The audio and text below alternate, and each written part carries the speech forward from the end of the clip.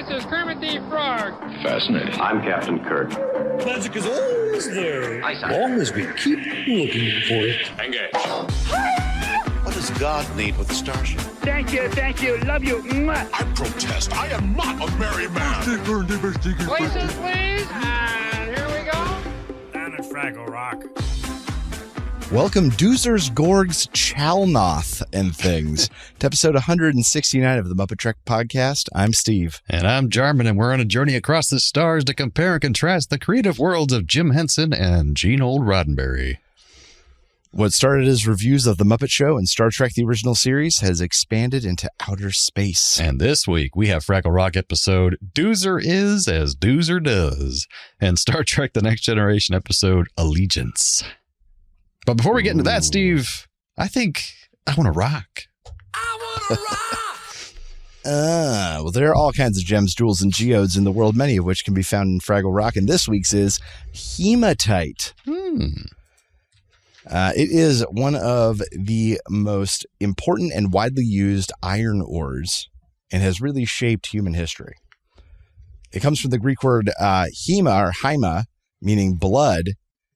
This is often referred to as bloodstone in some cultures because when it's scratched and powdered, even though it's metallic, it oxidizes almost immediately and turns this distinctive reddish hue. So even scratching it on something will leave like a red streak behind. Yeah. It was used by Egyptians, Greeks, Romans. It was used for carving and seals and tool making. It became one of the most important iron-rich ores and was heavily used in early steel production in industrialization. Ground up hematite becomes red ochre. It is one of humans' oldest colorings and pigments. It has been found in cave art as far as 40,000 years ago. Jeez. And vast quantities of iron ore, such as hematite, are what gives Mars its distinct color. Its red color comes from the degradation of hematite and other minerals that function similarly. Oh, that's fascinating. So that's where the red planet comes from. I bet that's where the Fraggles get their red crayons from, too. That's true. Where else would it be? Well, that's hematite, and that rocks. I want to rock! Oh, yeah. But what's going down in Fraggle Rock? Well, what's up, Doc? Doc is trying to break the news to Sprocket that he's going to go get a job. He's going to work part-time at the Bed and Breakfast, which we established in a prior episode has a really hot new owner. Yes. It's lore now, and it's been confirmed here. Doc hates dressing up. He gets ready for his interview. He goes after Sprocket reluctantly wishes him luck. Later, he storms back in. It turns out he's overqualified. He looks too fancy, and they think he's going to be too nice. So he goes back over there to give them a piece of his mind, and his change in appearance and bad attitude score him the job. Makes no sense. What's going down in Fraggle Rock? Nothing. But what do Doozers do? Well, Wrench Doozer is a miserable outcast writing in his diary. That's the first line I wrote down. A Doozer on one of the work sites has hiccups, and there are very few things in Doozer culture worse than hiccups. Wrench tries to fit in with the cool crowd. He sings a jivey tune called Rev about it's sort of the replacement for the word cool. Yeah. Rev. Pretending that he just doesn't care about danger on the work site. He even tries some of the kids' flooping, which is just hopping around on pogo sticks. They call it flooping because flooping supposedly gives you the hiccups. Wrench gets the hiccups. He hides his shame until Cotterpin, who we know from prior episodes, finds him. But his hiccups miraculously go away. He tries to convince the others not to floop anymore, but on the way he stumbles over something on the ground, and it's Uncle Traveling Matt's postcard. Silly creatures are forming a line. He joins them only to find himself heading into the belly of a beast. He decides to opt out, but the beast gets his clothing and he's left naked in the streets. This is a weird little thing I'm going to mention now before I forget. On the bus was something called Opening Soon the Captain's House. And I think it was a fake ad for the place that Doc is trying to get a job at. Oh my gosh, are you serious? I think it's a deep meta joke. Yeah, opening soon, the captain's house. Wow. And it was like a beachside scene. And I was like, oh my God, is that a reference? Okay, I lost my track. Wrench goes to his friends, putting his foot down. He's not going to floop no more. But the others won't stop, and it's endangering the build. The hiccups kick up at the wrong moment. Nitro, was that his name? Turbo gets trapped. Ridiculous names. After everything begins to shake, alarms begin to blare, and Wrench stays behind to get his friend out safely. He's the big hero, and they ain't gonna floop no more. So, Jarman, what did you think of this week's episode of Fraggle Rock with special guest All the Doozers? I have to say, on the Muppet Wiki, it says an Uncle Matt's postcard and Doozer is as Doozer does. A bus displays an ad for the captain's house, promoting the establishment as coming soon. By the next mention, however, in the Bells of Fraggle Rock, the bed and breakfast would and remain consistently the captain's inn. But it was supposed to be an ad for the captain's house, the captain's inn. That's exactly what that was. I can't believe you caught that. It was just too prominent, and it was very bright. And it didn't was like even very notice much it. not in matching with the rest of what we were looking at. So it caught my eye. What a deep lore thing. That's crazy. I was hoping. I'm so glad you looked that up because I was just hoping it was connected.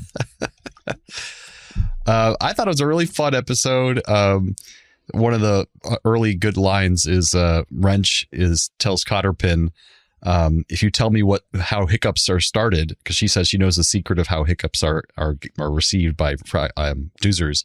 He's like, I'll loan you my drill. And she's like, oh, nice. I'll tell you how it works then. She walks away and he's like, oh, I don't have a drill. I just thought that was the cutest thing ever. But yeah, the Rev song was really fun. These really annoying, trying to be cool guys all talking about, that's so Rev, man. That's so Rev. That's like, they're all total bros. Yeah. Exactly.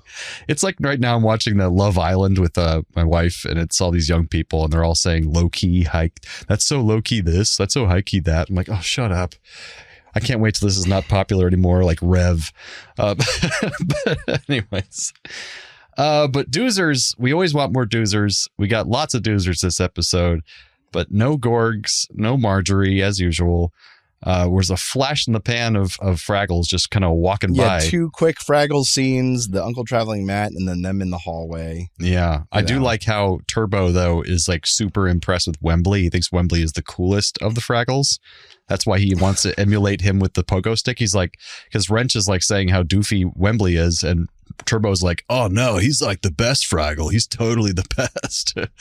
We want to do everything that he does. That was pretty cool. But Wrench, I like this. Do we see Wrench before, or is he new?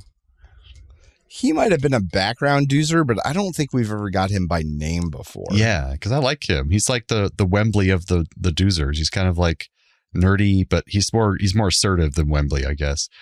Yeah. But yeah, I like the Doc Sprocket storyline because it's, continuation, and we're getting like actual lore with Doc. That was great. Yeah. Besides Mr. What's his face? What's the neighbor's name? Schimmelfinny. We're getting some more storyline here. But yeah, I mean, even though we didn't have a lot of other characters, it moved by fast. It was a good story. Mm-hmm. I mean, this is one of the top ones for me, and it'd be one of the more top ones if it had more involvement of other characters too somehow factored in. What about you? Yeah, I'm with you. I wish we would have gotten just a little bit more than flash in a pan from the Fraggles. Yeah. Like just anything. Like maybe they're the ones that cause the collapse at the end, not really the hiccups. And so it's like them. It's almost like an act of God, but the gods are Fraggles. Or show Fraggles getting hiccups or something. That would be interesting. Yeah, just something, just a little bit more. Not much, but I understand they wanted to give all those puppeteers the week off. Or there was like a B unit that could be shooting this at a separate time. Oh, that's true. Did it. I get it. There's a lot of like cost savings, and there's a lot more in this season where there's like whole chunks of characters missing because people had obviously negotiated weeks off in their contract they didn't have before. And this is back when shows actually had like 24 episodes a season, not just 8 or something like they do nowadays. Yeah, lazy today, people. Lazy bastards. I don't care if they're each an hour and a half long. It's not the same thing. No, it's not. But overall, I did enjoy it. anything with the Doozers is just such a spectacle that I'm so much more forgiving of like the storytelling. Yeah, because they're so cute. Because it's such a spectacle to watch them do anything because they're like 4 inches tall. That's crazy. And they still animate them so well, move them around so much. Yeah. That being said, the story in this was not the strongest. I wish there was more music. So because of that, even though this is Doozers, it is going to end up middle of the pack for me. That's fair. It's like an upper middle for me for that same reason. Yeah. Like it is painted with Doozer colored glasses, but you know. And it only goes so far. Yeah. So what were the silly creatures up to this week? Uncle Travis Matt was taking a bus, public transit. Well, public transit showed up in 1600s in places like London and Paris, big metropolitans where horse-drawn carts were paid money by passengers and ran set routes and like ran them all day. It wasn't until the early 1800s where we saw things like horse-drawn trolleys and steam-powered train trolleys in cities like San Francisco. And in the late 1800s, this all gave way to electricity as electric became standardized in more and more cities with electric trains, cars, and motor buses. And nowadays, there's some crazy transit. The world's first subway opened in 1863. It was the London Underground, and they used steam-powered trains. They did eventually switch to electric. And then this is where like 5 facts in a row were all about the same system. So I'm just going to read them all. Yeah. The fastest public train is the Shanghai Maglev in China, which can top 286 miles per hour. Whew. And it will get you from their downtown to the airport in 7 minutes, 19 miles away. Whew. The busiest metro system, also in China, the Shanghai Metro carries billions of passenger trips each year. Oof. The longest metro network in the world is over 500 miles long, and it is the Shanghai Metro. It has hundreds of stations and a vast network. Man, trying to figure it out. Mm-hmm. And this was an interesting one that is predominantly true of North America, where streetcars and trolleys had a very big impact for a long time, more so than other countries.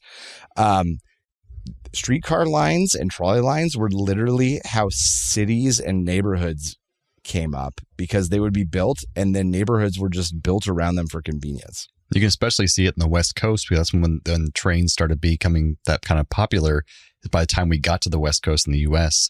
And so places like, especially when you lived in Seattle, you can see it there. Those streets are aligned for streetcars. Like obviously San Francisco is famous for it, but that's when they were just ready to go. So it makes a lot of sense. That's why the West Coast is so much like that. Yeah. Everything was built around where the hell the trolley ran. Makes sense. But yeah, so that's what those silly creatures were up to this week, taking public transit. Yeah. But Jarman, what was your favorite Muppeteering moment this week? I think we had moonwalking Doozers during the Rev dance sequence. It was amazing. I didn't even notice. So that had to be my favorite. I don't know if they were trying to go for moonwalking, but it looked like moonwalking, and it was amazing. Well, when did the moonwalk debut? That's a good question. Did this predate moonwalking?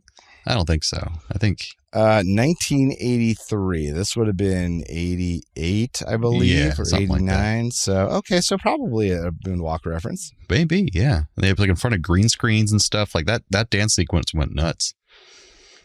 I'm gonna, in some ways, agree. My line, as always, is all Doozers, best Doozers. Yes. Just magnificent to watch. Always some crazy feat that we haven't seen before. It feels like every time they're featured. And I really dug the Doozers flooping. I thought it was a very well carried off effect, especially when you think of the scale, how tight they had to be on this thing. So how good everything has to look because of how close they have to get the cameras to these things. So I thought the flooping was just great. The little arms moving up and down. Doozers and the feet pogo moving. sticks. Yeah, it was great. It was crazy. But Jarman, what happened on this week's episode of Star Trek: The Next Generation? This week we have Allegiance. We start off with Picard in his quarters, and he falls asleep reading a book. It just looks so relaxing and wonderful, as dark quarters, just reading a book, when suddenly a glowing alien probe beams him away, as he's sleeping. So he wakes up in a small holding cell with 2 other people, a Bolian Starfleet cadet named Matena Harrow. I had to look that up because I only heard the Harrow part. And Mazarian, it's a Mazarian's his race. That's right. I never heard of this either. A Mazarian named Kova Thal, or Thol, who comes from a culture built around peace and nonviolence. But neither of them have seen their captors yet. They're captive and they have no idea why they're there. There's a dispenser in the middle that produces these weird food pucks, and there's 4 beds. There's 1 empty bed, so they're assuming someone else is going to show up too. And there's a locked door that will shoot you with a pain ray if you try to open it, and that's about it. So meanwhile, back in the Enterprise, they sense some weird energy burst in Picard's quarters, so they run to his quarters, but there he is, and he's sitting there with a book and a glass of wine, having a wonderful evening. He's like, what's wrong? And so he's really a duplicate of some kind. But he's a pretty good duplicate, but just off enough to make the crew question him because he's kind of overly friendly. He makes awkward romantic overtures toward Crusher. He buys a round of drinks for the entire bar in 10 Forward. And at one point he leads everyone in a drinking song, which is just like really out of character for him. He's actually a really nice guy. It's kind of fun. I wrote down I kind of like this Picard. Yeah, until the end when he gets a little murdery. Well, yeah, until the end when he's like leading them to their death, but otherwise I think he's cool. Yeah, he's pretty nice, pretty chill. They should bring him back. He says all the right things to people. He's really nice and he's considerate, and anyways, back in the cell, wherever Picard is, a 4th prisoner arrives. As Steve mentioned at the top of the episode, a Chalnoth named Essak, whose culture is the opposite of Thol's. They're aggressive and combative by nature. And this becomes a real problem once they realize the food they've been given, these little pucks, are poisonous to him specifically. So in 4 days' time, he says, when he hasn't eaten, he's going to start eating them one by one. The 4 of them try to work together to escape, attempting to rewire this panel near the door. But it shocks them with the pain ray. So tensions rise. They start getting suspicious of each other and accusing each other of being the captors, or at least in cahoots with the captors. On the ship, fake Picard is back there behaving strangely. It's escalating more. Riker meets with the main crew privately to talk about Picard's weirdness and how they might have to take action soon if things get worse. This fake Picard reroutes the Enterprise toward a pulsar for no clear reason. He won't explain to Riker what's going on. And he orders them to slow down to study it despite the obvious danger from its radiation that's taking out their shields. So when Riker finally pushes back, fake Picard tries to turn it around on him, gaslighting him, basically framing Riker as the one with the problems, like maybe you're the one with the problem, and threatening to relieve him of duty. And that's the point where the crew starts to realize something is seriously wrong, and they just stop following his orders. But back in the cell at this exact time, Picard works out that Cadet Harrow, the Bolian, she's giving too much information about him that she shouldn't know as a cadet in Starfleet. So he starts to realize she must be in on this somehow. So he calls her out, and it turns out both Harrow and that fake Picard back in the ship are the same alien species, and they're the ones responsible for the whole situation, which they set up as an experiment to study how people respond to authority and moral quandaries, I guess, because they're kind of a hive mind race who doesn't have any authority because they're all kind of one person. But when they realize their game is over because he's figured it out, they return all of 3 of them back to where they came from. And when the real Picard gets returned to his ship, the imposter changes back into the alien form, and the aliens that escorted him back to the ship start to argue with Picard as he yells at them for kidnapping people. But the crew, who see some subtle signals from Picard, apparently, which I missed entirely. I didn't see him do anything. Yeah. He traps the aliens in a force field on the bridge. The aliens quickly beg to be released because they claim their species can't survive in captivity. So Picard tells them that maybe now they know how harmful kidnapping can be and how bad it is for people to be in captivity. And also that now humanity knows of their species and how to contain them, so they better not do it again. So the episode ends with Picard asking if anything weird happened with his double while he was away. And Riker gives him that signature mischievous grin with his eyes that he always does. And then Crusher walks in to make him feel awkward and gives him a little sultry smile, which I don't know how she knew anything because she wasn't on the bridge. So she kind of... I was about to say, it was... well, it was unclear whether she did know. Yeah, it was odd. They kind of tried to play it coy, but she was in the meeting where they discussed it. It was just a weird choice. It was odd to play yeah. that. But yes, that's Allegiance. What did you think of that one, Steve? Good opener. Picard abducted, but he's still there. Great head scratcher. Ooh. Love that. I loved Picard finally like bringing everyone together and coming up with a plan, and then like a pig man with a knife shows up and derails everything. Yeah. I did love the crew playing poker thing. We haven't gotten to see that in a while, I feel like. Mm-hmm. And then I wrote, new Picard is weird, followed by romance Picard is romantic. And then my next sentence, I know he's evil, but I kind of like this Picard better. Those are my 3 subsequent comments on this episode. It just evolves over time. That pale guy, the philosopher alien, he had a great hat. Oh, yeah. It was like a scaled, I don't think it was a headpiece. It looked like a hat, but it was great. It was like the Sydney Opera House for a hat. It was like the Sydney Opera House as a hat. You're absolutely right. Great hat, pale guy. You're the best. And then this is where I had an issue. I feel like there have been way less suspicious things with Picard that have been treated much more suspiciously. Or like when a cast member gets doppelgangered, this is not the first time we've seen it. Sure. But there's like less suspicious and for doing way more suspicious things. And so Picard's like being nice and under demanding and getting people drinks, and he's singing, and they're like, well, we got to get him out of position. We must kill him. Right. First, I feel like there's episodes like Picard would never put on his pin that way. Like. Yeah. Just slightly off. Yeah. So that bugged me a little bit, but. It's the internal world of this one episode. Yeah. Yeah, it was really warming to see Worf defensive of the captain when everyone's talking about what they got to do about him, and Worf like gets real up in arms. That was nice, especially considering what they went through just recently. He was his judge. Yeah, and there have been 2 or 3 episodes this season, I feel like, where Worf and Picard have finally gotten some moments. That's true. Picard from engineering. Am I remembering this right? He comes from some sort of science background, as I remember it. I thought he was a science officer, but I don't think he was engineering. Okay, because at one point he uses the pig guy's knife to like pick a electronic lock, and I was like, man, Picard can engineer with a knife. He's a jack of all trades. And then, and this is just a technical thing, when Picard and them break free and head back to the ship, the double shot with Picard, the mirror shot, was so well done and well crafted. Anna will attest, I had to stop and go, whoa, what was that? And I had to like go back and rewatch it because it was so clean and not set up the way that I thought it was at all. And it was so impressive. Just the 2 of them on the bridge? So it's Picard, it's Doppel Picard and Riker, I think, in the forefront. And I think they had them either on a match shot or maybe a blue screen, maybe. And then regular Picard in a separate plate and weird alien come into the background of the shot. So not hard, but then they cut away for something, some reaction. And when they come back, they are on the actual bridge and they have changed it to a split shot, and they hide the seam in the door. And so the next shot is the split of Picard, and Picard. Yeah.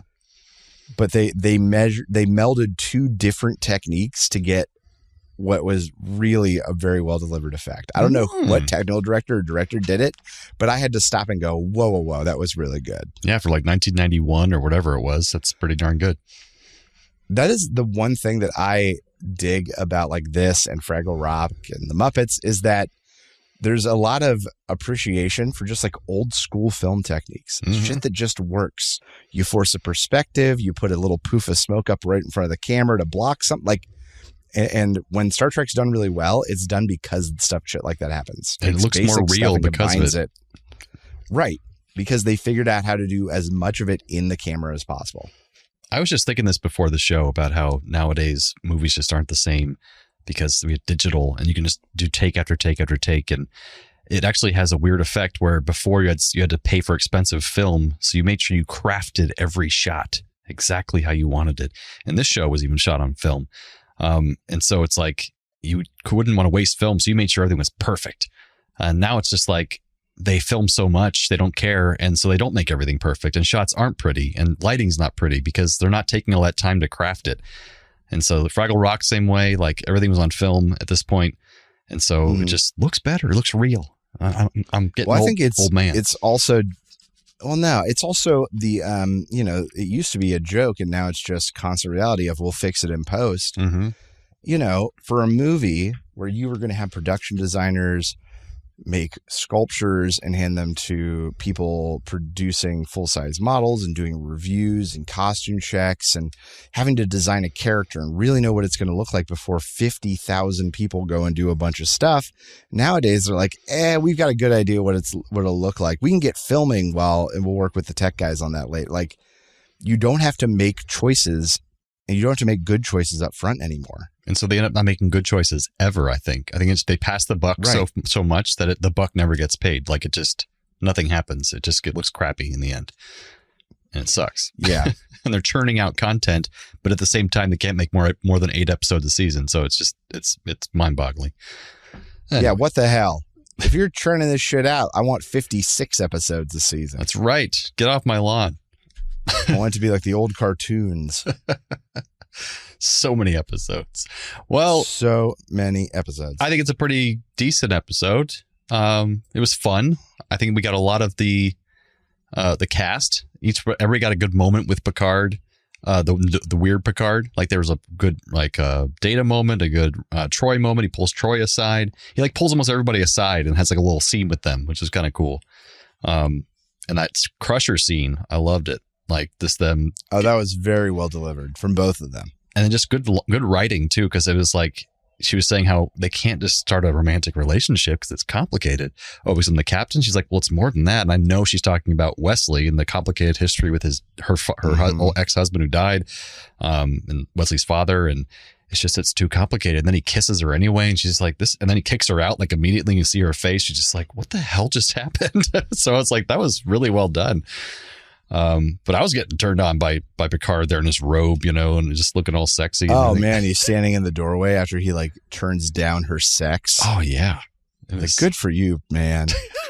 See, I told you those 3 lines. Man, weird Picard is weird. Romantic Picard is romantic. I like this Picard better. That was literally how this episode went.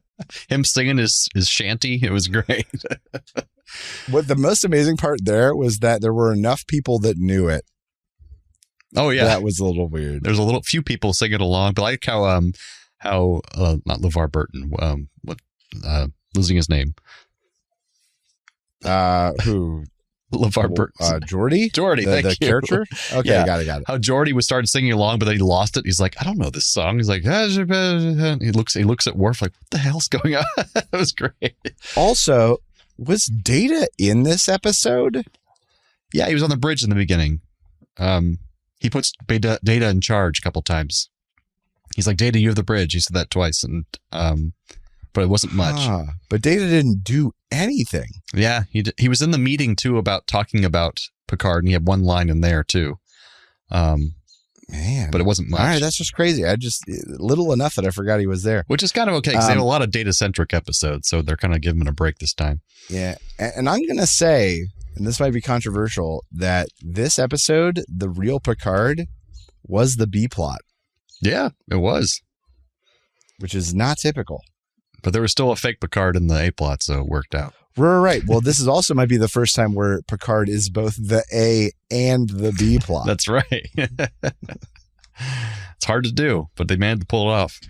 But yeah, I loved how it gave just so much range for Patrick Stewart in this episode. So this is pretty high up for me this season, just because it was so fun. It had sci-fi elements and that kind of the murder mystery thing of them figuring out who's who and who's the traitor and that kind of thing. And just great acting, great scenes. I don't know. It was just a really solid episode. Yeah, I would agree. I don't have any major complaints. I think the escape room plot was weak. Oh, the fact that they literally, I know, but one of those classic things where movement drives the story and accompanies the story, and there was no movement because they were trapped in a room. Saving money. I know, and that's what killed me. I would have rather it have been truly an escape room sort of scenario where they're working through to get through 3 different doors or some shit. That's true. That'd be interesting. Then the plot could have progressed. New elements could have been introduced, but because they were trapped in this one place, it just it didn't cook right for me. I can see that. But still, I'm going to say middling because of that. Well, two middling episodes for you this week. That's good. That's right. It means it's going to be a short episode. It's the only one we really love or really hate episodes that we talk a lot. Mm-hmm. Actually, the ones we really love are the shortest because it's like, it was great. Yeah. No complaints. Trek Facts, Essox, the pig guy's outfit, was modified later on and became Morn's costume on Deep Space Nine. And once we get to Deep Space Nine, Morn is like the Cheers guy who's always at the bar. He doesn't have any lines, but he's really lovable. And I went back and looked at the costume, like, oh my God, that is Morn's outfit. So once you meet Morn, you'll understand. It's great. Huh. The inspiration for this episode appears to have been Rod Serling's teleplay, 5 Characters in Search of an Exit, which was a great, that was a Twilight Zone episode as far as I remember. The song in which Picard's replica leads the crew is called Heart of Oak. And this is a traditional British song. It's the official march of their Royal Navy, also the Royal Canadian Navy, and the Royal New Zealand Navy. So that's like the Navy song, basically. And it was written, I've never heard it once before. Yeah, it was made for like a musical back in the 1800s, and then they used it for the Royal Navy. Starfleet Cadet Matenna Harrow's appearance marks the first appearance of a female member of the Bolian species in any Star Trek series. Captain Rix, a male in Conspiracy 1988, back the episode we watched before, was the first ever appearance of a Bolian, but she's the first female. But as well as it's the first Bolian ever seen with hair, which is a rare sight, as most Bolians are bald, male and female alike. But technically, it doesn't count as an official appearance of a female Bolian, as Cadet Harrow is really an alien imposter masquerading as a Bolian. So is it really? Oh, true. We don't know. Maybe that's why they got it wrong and gave her hair, but that's some deep dive nerd shit right there.